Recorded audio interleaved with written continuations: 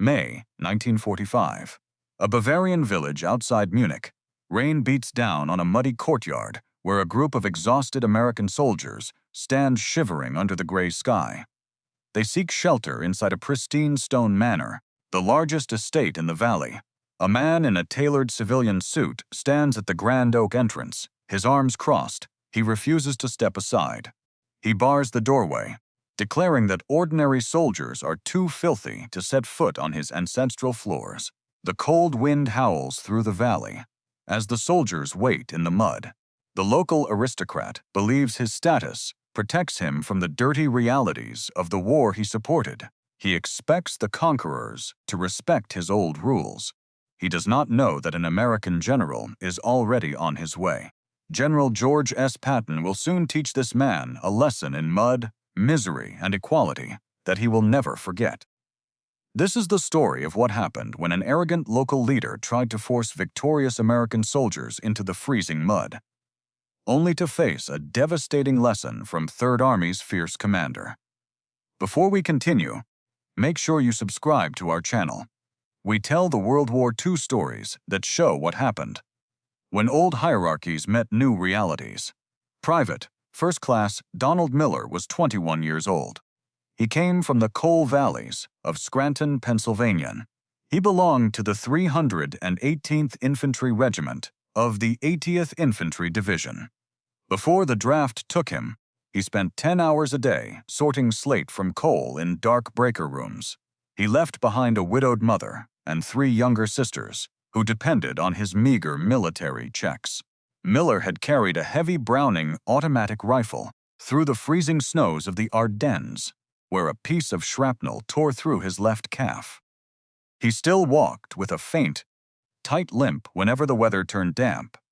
He had lost his best friend to an artillery airburst outside Luxembourg, and his uniform was stained with grease, mud, and the stale sweat of 3 weeks without a shower. Now, his boots soaked through with freezing Bavarian rain, he stood waiting for a warm place to rest his aching legs. Baron Friedrich von Landshut was 54 years old. He held no official military rank, but he ruled his vast agricultural estate outside Munich with absolute authority. He believed entirely in the natural superiority of the old European nobility, frequently stating that the unwashed masses existed only to serve the land and its rightful masters. His privileges remained untouched by the collapse of the Third Reich. He wore a heavy, tailored loden cloak over a spotless wool suit. His leather riding boots were polished to a mirror shine by his house staff. On his right hand, he wore a massive gold signet ring engraved with a 400-year-old family crest that had survived 3 separate empires. He stood under the stone portico of his grand manor, looking down at the dirty American soldiers with open disgust. To the Baron, these frontline troops were nothing more than peasants in green canvas. By May 1945, the European war was rushing toward its violent conclusion. The German military apparatus had fractured into isolated pocket defenses. American armored columns sliced deep into the Bavarian heartland, overrunning supply lines and outstripping their own logistical support networks. In the wake of this rapid advance, thousands of frontline infantrymen found themselves scattered across vast rural districts, without fixed barracks, hot mess halls, or clean clothing. The collapse of local administrative authority created a chaotic vacuum. Empire estates, abandoned government structures, and vast agricultural holdings became tactical necessities for quartering exhausted combat troops. Most conventional army commanders overlooked minor local friction during those frantic weeks. They focused instead on securing major road junctions, disarming local police forces, and managing thousands of displaced persons roaming the countryside. Military governors routinely allowed regional elites to remain inside their comfortable manor houses. They wished to avoid administrative headaches, while the combat lines remained fluid. This hands-off approach bred a dangerous assumption among the old ruling class. Many wealthy landowners believed the incoming military administration would respect their traditional property boundaries and social standing. They expected their privileged lives to continue without interruption. They assumed American officers would simply look the other way when local aristocrats asserted authority over common field soldiers. That leniency vanished whenever elements of the Third Army moved into a new sector. The operational guidelines under its command left no room for local compromise or aristocratic entitlement. Frontline soldiers required immediate shelter from the brutal spring elements, and no civilian privilege outweighed a combat unit's tactical necessity. The stage was set for a direct confrontation between old-world arrogance and hard military reality.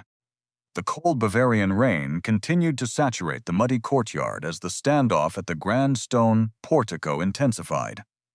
Captain James Vance from Richmond, Virginia, walked up the stone steps of the manor house. He shook the rainwater from his canvas helmet and kept his voice steady. He stated that his company required immediate shelter from the elements. The Baron did not move from the center of the doorway. He replied that his estate was not a barracks for common laborers. Captain Vance pointed to the muddy courtyard where the infantrymen stood shivering in the downpour. He said his men had been marching for 12 hours, without food or rest, and the field orders allowed for the requisition of local structures. The Baron looked over the captain's shoulder and scoffed. He answered that he did not care about field orders written by an invading army of peasants. He added that the fine carpets and polished hardwoods inside his ancestral home were not meant to be ruined by dirty boots.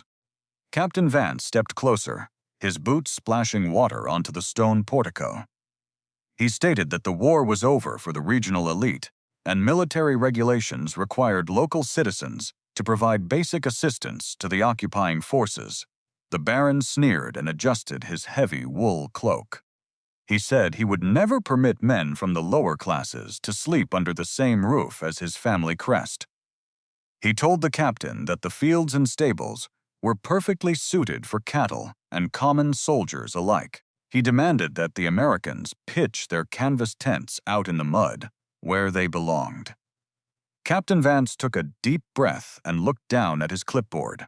He asked the Baron if he was officially refusing a direct military command from an officer of the United States Army. The Baron crossed his arms tightly. He stated that he recognized no authority from men who lacked proper breeding and noble blood. He told the captain to take his dirty men away from his door. Captain Vance realized the situation had escalated far beyond his authority to handle on the spot. He stepped back down the stone stairs into the rain. He told his sergeant to keep the men in formation and wait by the gate. He walked quickly to his radio jeep and called back to the regiment headquarters to report the refusal. The report reached Patton within the hour. Patton's jeep pulled up to the gate, 4 stars on his helmet, ivory revolvers on his belt, the engine cut out, and a heavy silence fell over the wet courtyard. Every soldier straightened their posture, and the German house staff inside the windows drew back into the shadows. The general walked in unannounced. He did not slam the doors. He did not stomp his boots. He simply stepped onto the dry stone of the entryway, looked at the grand portraits on the walls, and then fixed his sharp eyes on the local aristocrat. Patton studied him. He asked the Baron if he owned this house. The Baron bowed his head slightly and said he did. Patton asked him if he had told an American captain that the estate was too clean for United States soldiers. The Baron cleared his throat and replied that he had merely pointed out that frontline troops were unaccustomed to such fine surroundings. Patton asked if the Baron preferred his stables to his house. The Baron smiled faintly and answered that the stables were built for lesser use, while the manor house was reserved for noble blood. Patton nodded once. His voice was quiet, but it carried across the entire room. He told the Baron that he understood the arrangement perfectly. He stated that the Baron seemed to think a war could be fought in the mud by one class of men, while another class enjoyed the warmth of a fireplace. He said that the American army did not operate on European titles or ancient family crests. He noted that while the Baron was protecting his polished hardwoods and fine carpets, American infantrymen were bleeding in the freezing rain to finish a war the Baron's leaders had started. He stated that those dirty boots had cleared every highway from Normandy to Munich. He pointed out that Private Miller had spent his youth in a dark coal mine and his winter in the freezing snow of the Ardennes, while the Baron sat comfortably in this grand valley. He said that the private's grease-stained uniform carried more honor than any gold signet ring. He told the Baron that the situation would be corrected immediately. He offered two options. He stated that the Baron could open every door in the manor house and personally serve a hot meal to the entire company, or he could experience exactly what he had prescribed for the soldiers. He gave him 10 seconds to choose. The Baron tightened his jaw and looked away. He refused to answer. Patton did not wait for the 10 seconds to expire. He turned to Captain Vance and gave the order. Within minutes, a squad of combat engineers arrived at the front portico with heavy wooden crates and shovels. They did not touch the manor doors. Instead, they marched directly down to the lowest, muddiest section of the estate courtyard, where the horses were kept. The soldiers broke open the wooden crates and began driving heavy pine stakes into the saturated Bavarian earth. They strung thick lines of barbed wire around the perimeter, creating a small, exposed enclosure right in the middle of the deepest mire. The Baron watched from the stone steps as the engineers completed the work. 2 military policemen stepped forward, took the aristocrat by his heavy loden cloak, and marched him down into the enclosure. His polished leather riding boots sank 6 inches into the freezing muck. The fine wool of his tailored suit quickly became splattered with foul-smelling brown water. From the windows of the manor, his house staff watched in stunned silence as their master was forced to stand in the open rain. The infantrymen of the 318th Regiment watched from the dry porch, their wet uniforms finally dripping onto the clean stone floors. Private Miller returned to Scranton, Pennsylvania, after his discharge in November 1945. He never went back to the dark coal-breaker rooms or the damp slate valleys. The military settlement and a small disability stipend allowed him to buy a modest grocery store on the corner of Market Street, providing a steady life for his mother and sisters. He walked with a heavy cane for the rest of his days, the Ardennes shrapnel wound, reminding him of the cold every winter. He died quietly in his sleep in August 1982, leaving behind a family that remembered him as a man who had stood his ground. He kept his grease-stained division patch framed on the wall above his desk until the very end. Baron Friedrich von Schutt spent 3 more days inside the barbed wire enclosure before the regional military government transferred him to an internment camp near Augsburg. A denazification court stripped him of his agricultural landholdings and ancestral titles in 1947, reducing his grand estate to a public farming cooperative. He lived out his remaining years in a small, damp apartment in the suburbs of Munich, working as a clerk for a local timber merchant. He remained deeply bitter about the collapse of his world, often complaining to his few remaining acquaintances about the coarse manners of the occupation forces. He died of a stroke in October 1961, completely forgotten by the village that had once feared his family name.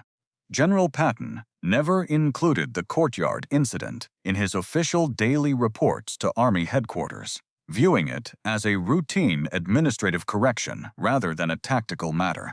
He did briefly mention the Bavarian estate in a late-night letter to his wife, noting that some European elites still needed to learn how mud felt on expensive leather. His personal diary contained only a single line about the standoff, stating simply that an arrogant landowner had been reminded that front-line infantrymen are the true masters of the soil.